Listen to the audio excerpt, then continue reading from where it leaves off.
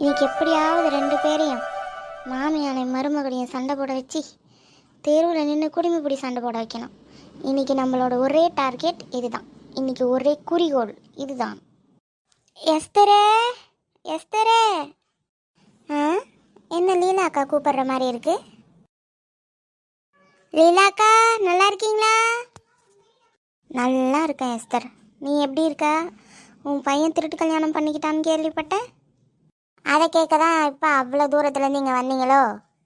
சேச்சே, அப்படியெல்லாம் கிடையாது. உங்ககிட்ட ஒரு விஷயம் சொல்லிட்டு போகலான்னு வந்தேன். சொல்லுங்க. உன் மருமவ இருக்கால, சின்ன பொண்ணு, அவள் இன்னைக்கு ரேஷன் கடையில் என்ன பண்ணா தெரியுமா? மருமக என்ன பண்ணா சொல்லுங்க. ஏம்மா, கீதாலும் அவளும் தலையை பிடிச்சி சண்டை போட்டு கீழே விழுந்து எழுந்து அடி துடி பட்டு பொருளெல்லாம் வாங்கினாங்க. என்னாச்சு? ஏம்மா, அவ அந்த பக்கத்து தெருவில் இருக்காளுங்கள, அவளுங்க 4 பேருக்கும் இடம் போட்டு வச்சிட்டா. அதுவும் காலை அகலமாக நீட்டி அவள் காலை கீதா மூஞ்சில் படுற மாதிரி சண்டை போட்டாளுங்க. அதான் வந்து உங்ககிட்ட சொல்லிட்டு போகலான்னு வந்தேன். என் குடும்ப மானத்தை வாங்குறதுக்காகவே கல்யாணம் பண்ணிட்டு வந்திருக்காங்கக்கா. என்னத்தை பண்ண? இந்த பொண்ணெல்லாம் இப்பயே முடக்கி வச்சிடணும் பார்த்துக்க எஸ்தரு.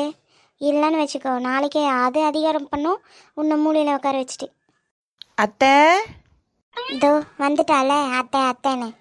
எஸ்தரு, நான் சொன்னதை மறந்துடாத. கொஞ்சம் என்ன ஏதுன்னு கேட்டு வச்சுக்கோ. கையை காலம் முறிச்சு விட்ரு பார்த்துக்க. சரி, நான் போயிட்டு வரேங்க்கா. இன்னைக்கு ஒரு கை பார்த்துடுறேன் அவளை. நீங்கள் பத்திரமா வீட்டுக்கு போங்க. என்னது இது? ரேஷனில் 3000 ரூபாய் கொடுத்தாங்க, அந்த காசு. தூக்கி வீச அத்தை, யாருக்கு தேவை? அத்தை, என்னாச்சு அத்தை?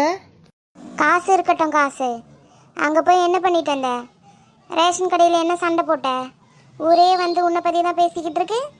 நான் யார் கூடயும் சண்டை போடலத்த, அவங்க தான் என்கிட்ட சண்டைக்கு வந்தாங்க. மற்றவங்களுக்காக நீ சண்டை போட்டு என் குடும்ப மானத்தை வாங்கிட்டு வந்து நின்று இருக்கியா? உன்னையெல்லாம் இன்னைக்கு வரட்டும் உன் புருஷன். எதுக்குடி இப்போ என்ன அடிச்ச? அடிச்சனா? ஐயோ அத்தை, கொசு இருந்தது, கொசுவை அடிச்சேன். சரி, அவர் வந்தால் ஏதோ பார்க்குறேன்னு சொன்னீங்கல்ல, நான் அப்போ கொஞ்ச நேரம் வெளியே போய் சுற்றிட்டு வரேன். மறக்காமல் அந்த காசை எடுத்து உங்கள் சுருக்கு பையில் வச்சுக்கோங்க. பாய்.